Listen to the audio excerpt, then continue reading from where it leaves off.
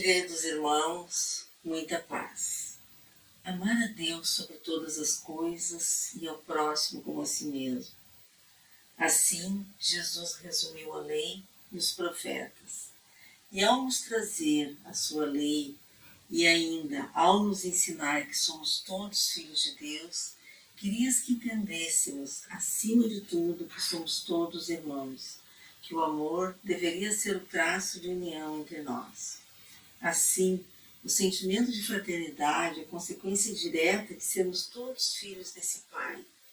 Resulta da lei que nos ensina que devemos amar esse Pai, mas não apenas a Ele. Devemos amar também seus filhos, nossos irmãos, tendo esse amor que ser estendido a toda a humanidade. E a fraternidade é exatamente isso, o amor entre irmãos, o amor ao próximo. Só que ainda estamos muito longe disso. Nossa, muito longe mesmo desse amor, desse sentimento. Afirmamos que amamos a Deus. Acreditamos mesmo que amamos a Deus. Porém, o amor ao próximo ainda é uma realidade a ser construída.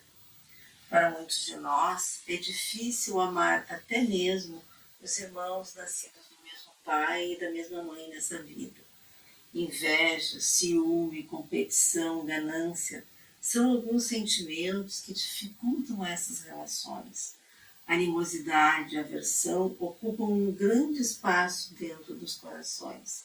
Afinal, este ainda é um planeta de provas e expiações, e em razão de nossas imperfeições, vamos continuamente sendo reprovados. Pois o tema que vamos abordar trata exatamente do exercício da fraternidade e do amor, da conquista dessa atitude, desse sentimento. Se observarmos a palavra exercício, veremos que ela nos remete a dois significados, ambos importantes para a ideia que queremos desenvolver. A palavra exercício pode ser vista no sentido de exercer, ou seja, realizar, operar, agir, mas também no sentido de exercitar, treinar, praticar. Partindo daí, acreditamos que agir fraternalmente, de forma plena e com naturalidade, sendo essa uma expressão real dos nossos sentimentos e não uma atitude forçada, entendida como obrigação, é o resultado do nosso esforço. Muitas vezes a caridade é uma das expressões da fraternidade e ela começa a ser feita nesse treino por razões até mesmo de caráter duvidoso. Afinal, estamos em aprendizagem. Em Vinha de Luz, Emmanuel enumera e analisa algumas razões equivocadas que podemos ter para fazer a caridade. Ele vai descrevendo as várias motivações fúteis ou algumas até mesmo pérfidas que alguém pode ter para fazer o bem. Temos exemplos bem característicos. Quem dá para mostrar-se é vaidoso, ou então, quem dá para torcer os pensamentos dos outros, dobrando-os ao seu ponto de vista, é tirano. Quem dá para afrontar a posição do outro é soberbo. E assim ele segue apontando uma série de características de personalidades que, via de regra, são a marca de quem faz o bem por razões equivocadas. Entre elas temos a displicência, a tolice, a ambição, a soberba, a inveja. Mas Emmanuel complementa ao final. Todas essas situações, na maioria dos casos, quem dá se revelam tanto melhor do que aquele que não dá. Então, como podemos ver, Emmanuel listou aqui situações em que pode parecer fácil que sejam situações feitas por uma razão equivocada. Nelas não podemos ver amor, não podemos ver fraternidade, não podemos ver caridade, pois não trazem esses sentimentos em seu bojo. Na verdade, elas expressam atitudes ditadas pelo egoísmo. Porém, essas ações, feitas com razões equivocadas, que até podem ser consideradas uma iniciação para a fraternidade, Ela serve na medida em que fazer o bem nos deixa positivamente contaminados. Ver a felicidade que podemos proporcionar ao outro pode nos estimular a prosseguir no bem. Em situações como estas, o coração acaba por ser tocado. Vamos nos lembrar que estamos sujeitos à lei de evolução, o que faz com que as experiências pelas quais vamos passando vão nos fazendo crescer, amadurecer e aos poucos vão nos transformando. Com a continuidade desse processo, chega um momento em que se fica naturalmente apto a fazer o bem.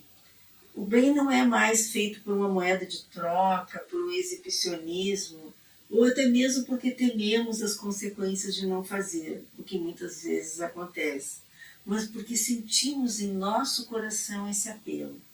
Olhamos para o próximo e nos compadecemos a ponto que a dor dele passe a doer também em nós. Chega um momento em que a nossa única recompensa é ver que conseguimos pelo menos diminuir as suas dificuldades, que conseguimos fazê-lo sentir-se que não está só. E não importa que ele esteja envolto em dificuldades e que não consiga nem nos agradecer, podemos entender a sua dor e o nosso único desejo é o seu bem. Então, o que nós precisamos é atingir um nível em que a nossa vontade seja ver o próximo satisfeito em suas reais necessidades, sabendo reconhecer o que ele realmente precisa. Também é necessário agir sem esperar a recompensa, fazer o bem movidos por uma real preocupação com o outro. Chegamos então ao pleno exercício da fraternidade. É o momento em que vejo o outro com os olhos do amor e desejo seu bem do fundo do meu coração. Só assim estaremos fazendo a vontade do Pai. Tem um poema de Cora Coralina que encontramos no livro Confissões de Aninha, e que nos dá uma ideia da importância de perceber o outro em suas necessidades.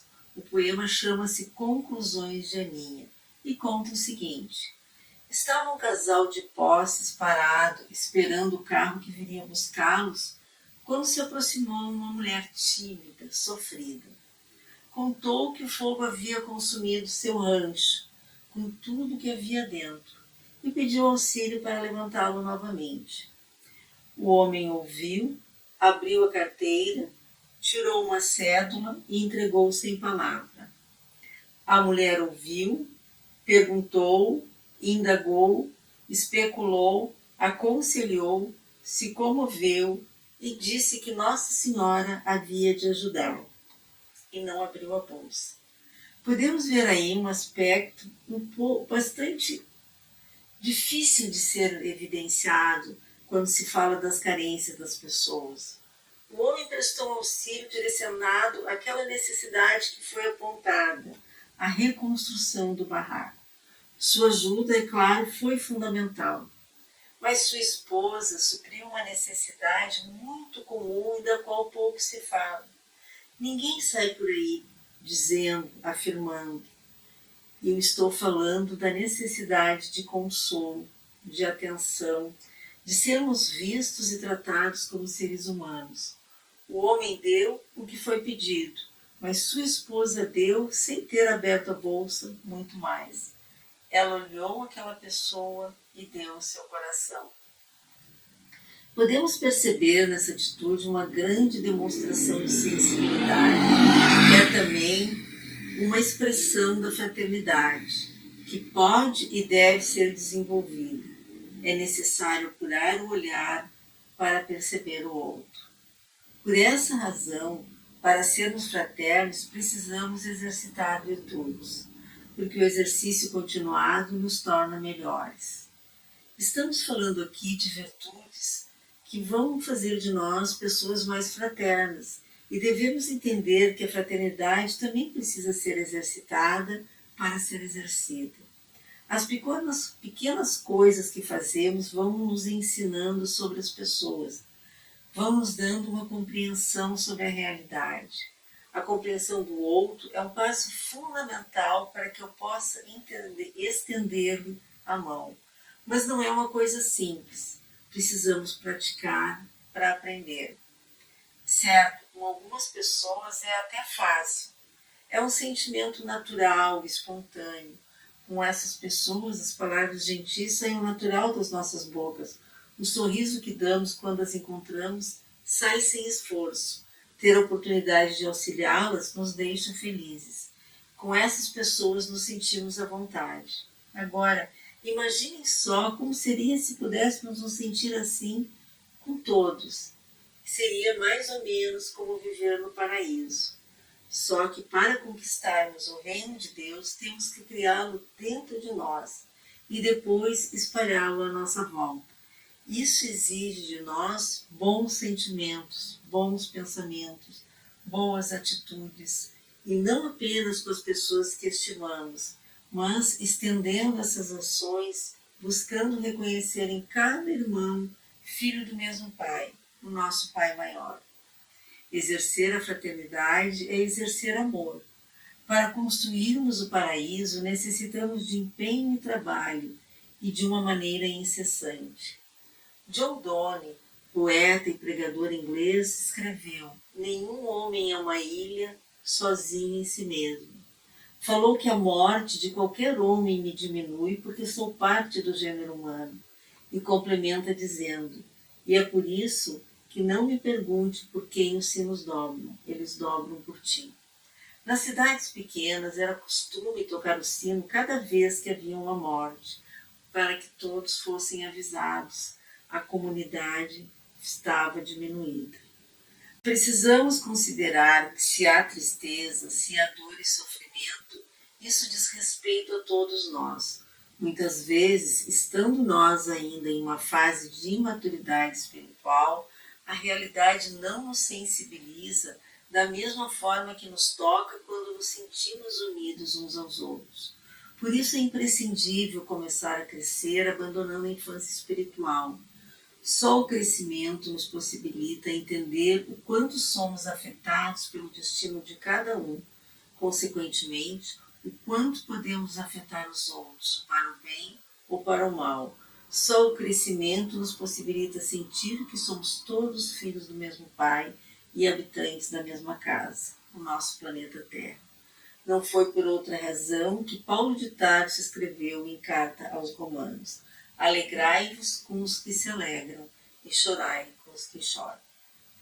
Como o próprio Evangelho segundo o Espiritismo aponta, nas grandes tragédias somos capazes de nos sensibilizar, de auxiliar, mas temos que aprender a olhar para aqueles que, embora com suas carências, muitas vezes imensas, não ganham as manchetes dos jornais, e eles muitas vezes estão à nossa volta.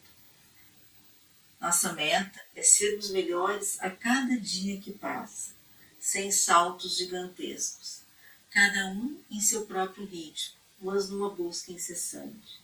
E não tenhamos dúvida de que essa melhoria passa pela conquista da sensibilidade para enxergar o outro e do empenho para ir em seu auxílio.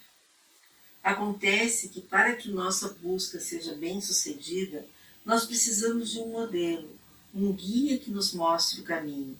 E onde vamos buscar um parâmetro, um exemplo a ser seguido? Afinal, como dizia Sêneca, não há ventos favoráveis para aquele que não sabe aonde ir. A resposta é simples. Jesus é o melhor exemplo, é o nosso modelo e guia. Inicialmente pode parecer impossível, pois a distância que nos separa dele é incalculável. Mas por mais distante que esteja a meta, só vamos chegar lá se soubermos reconhecê-lo.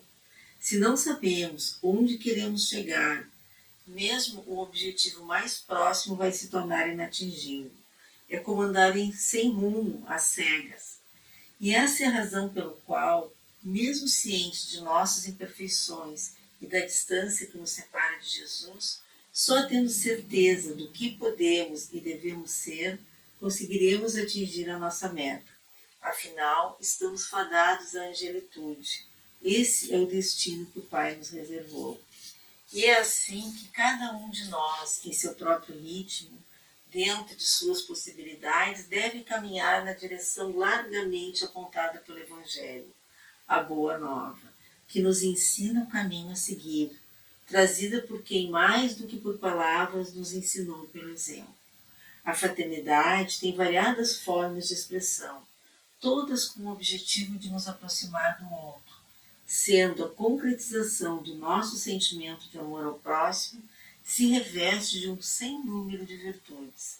A caridade, a compaixão, a tolerância, a solidariedade, a capacidade de acolher, de aceitar as diferenças, de pacificar, o senso de justiça, o espírito de serviço.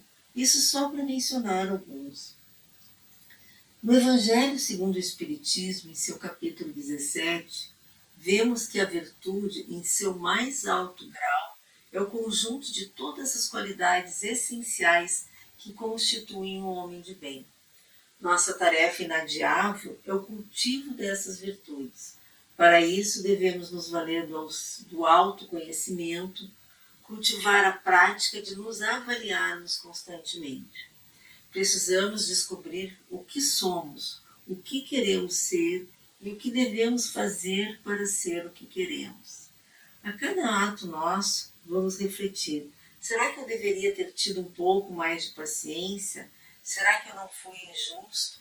Será que eu não estou julgando o outro? Ou pior ainda, falando que eu não devo? O que eu poderia ter feito pelo outro e eu deixei passar?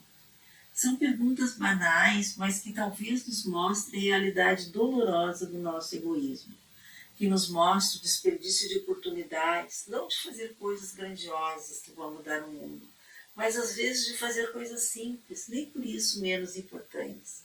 Se o trânsito está difícil e não damos passagem para um veículo, se alguém vem com uma dificuldade para carregar um peso e nós não tentamos auxiliar, ou se apenas deixamos de dar atenção para alguma pessoa, são chances que não voltam mais.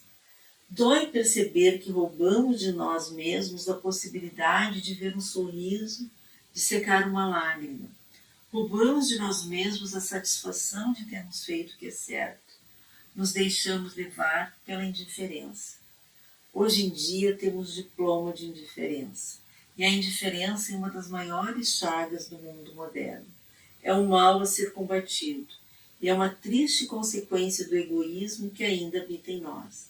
E temos que trabalhar incessantemente para que ele vire passado. Temos que pegar o caminho de volta, abrir espaço através da insensibilidade que se apossou de nós e então conseguir enxergar o outro. Porque é através do outro que vamos assumir o nosso papel de filhos de Deus, reconhecendo os nossos irmãos e tratando-os como tal.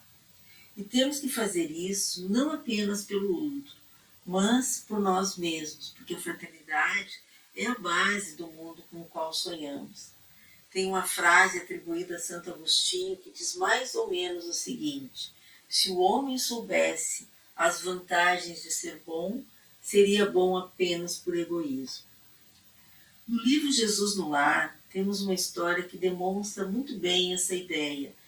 O nome é Auxílio Mútuo, e ela conta que dois amigos vinham viajando por um caminho montanhoso, cheio de dificuldades, debaixo de imenso frio, e então se depararam com uma criança semi-morta, abandonada.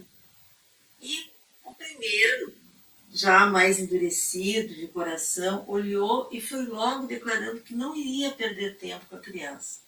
O outro ainda tentou argumentar na intenção de salvar a criança, mas não houve jeito. O amigo já se ia em passos largos.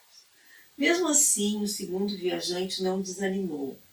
Ele pegou a criança, aconchegou-a em seu corpo e seguiu a viagem. Certamente com mais dificuldade, mais devagar, mas lá se foi atravessando a noite fria. E aqui já tem um aspecto que é importante salientar. Quantas vezes desistimos das nossas boas intenções porque alguém nos diz que é muito difícil, que não vale a pena, ou que não vai dar certo, que as pessoas não merecem? Quantas vezes já ouvimos isso? Isso ocorre porque a nossa vontade ainda é muito fraca, é titubeante. Mas o nosso amigo ele não se deixou levar. A sua intenção era firme, ditada pelo coração. Ele viu naquele pequeno ser abandonado um irmão, e talvez não soubesse, mas intuía que as suas almas estavam indissoluvelmente ligadas pelo Pai.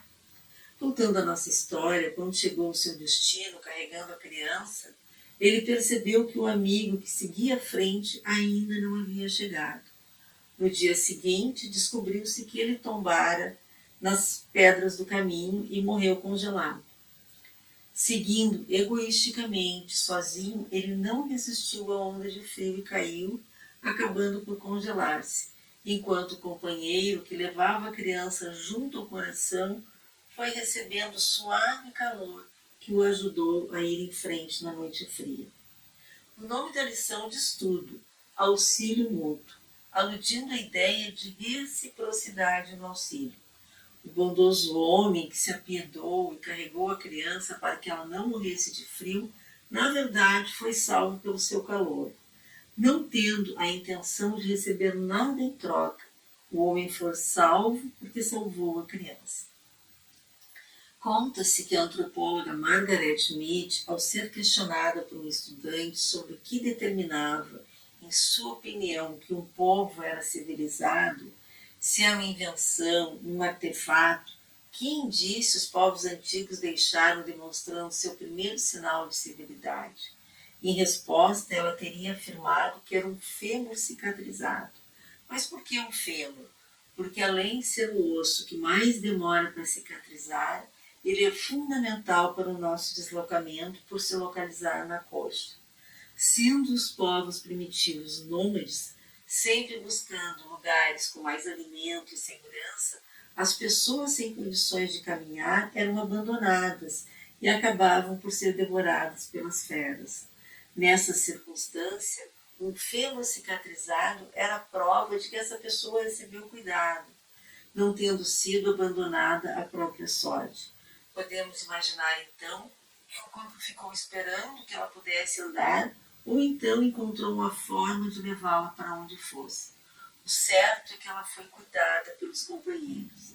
Disse que Mead concluiu afirmando: ajudar alguém em dificuldades é onde a civilização começa. E partindo daí, podemos entender o que marca a nossa civilização não é o aparato tecnológico que nos rodeia. Claro que a tecnologia nos faz viver melhor, mas é a capacidade que temos de cuidar uns dos outros que nos torna civilizados. Podemos tranquilamente acrescentar a conclusão da antropóloga que cuidar de alguém, além de ser evidência de civilização, é também evidência de fraternidade.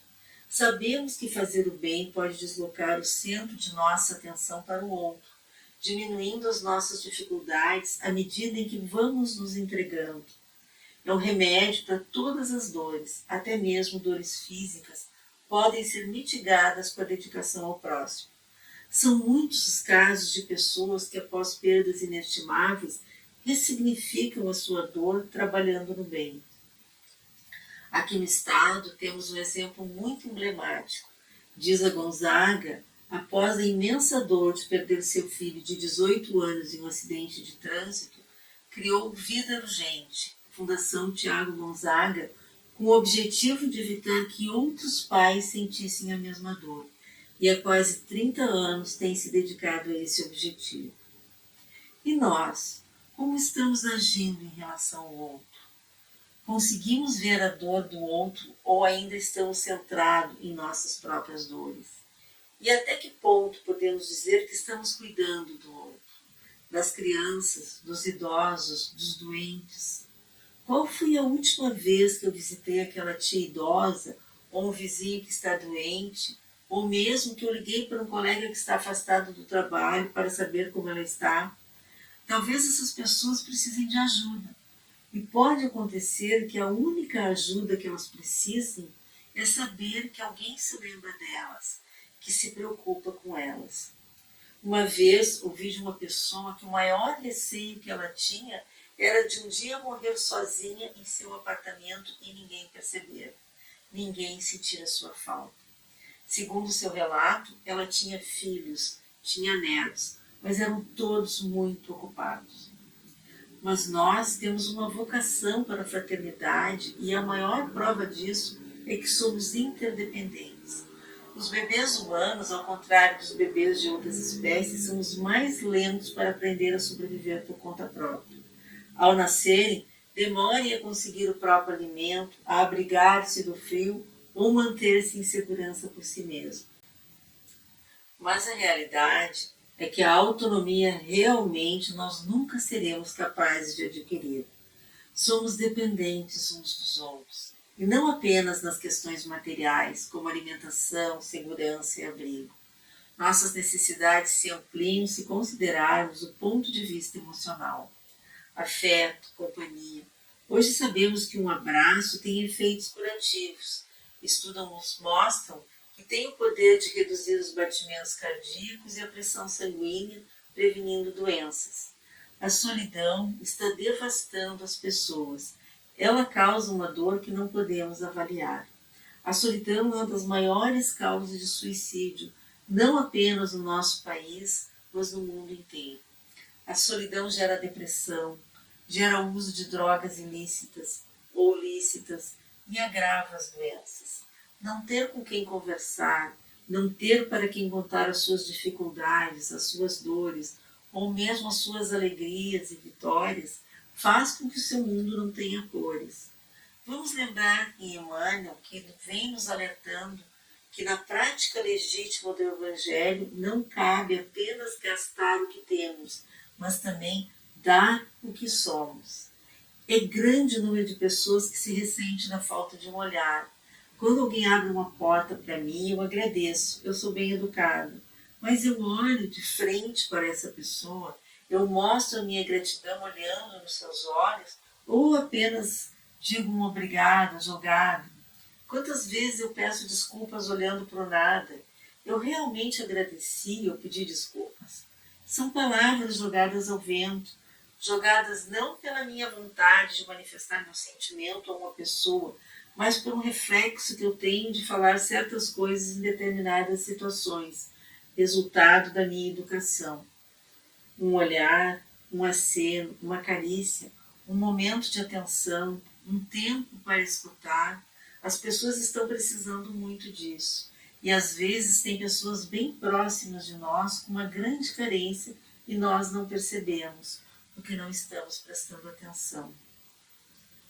É uma forma tão simples e tão necessária de praticar o Evangelho, os ensinamentos de Jesus. Vamos fazer de nossas palavras consolo, remédio, abrigo, esperança, mas não apenas de nossas palavras. Se essas não forem acompanhadas de ação, as nossas serão palavras vazias. Nada supera o exemplo. No capítulo 178 de Vinha de Luz, Emmanuel nos dá uma lição preciosa neste sentido. Uma boa ação, contudo, edifica e ilumina sempre.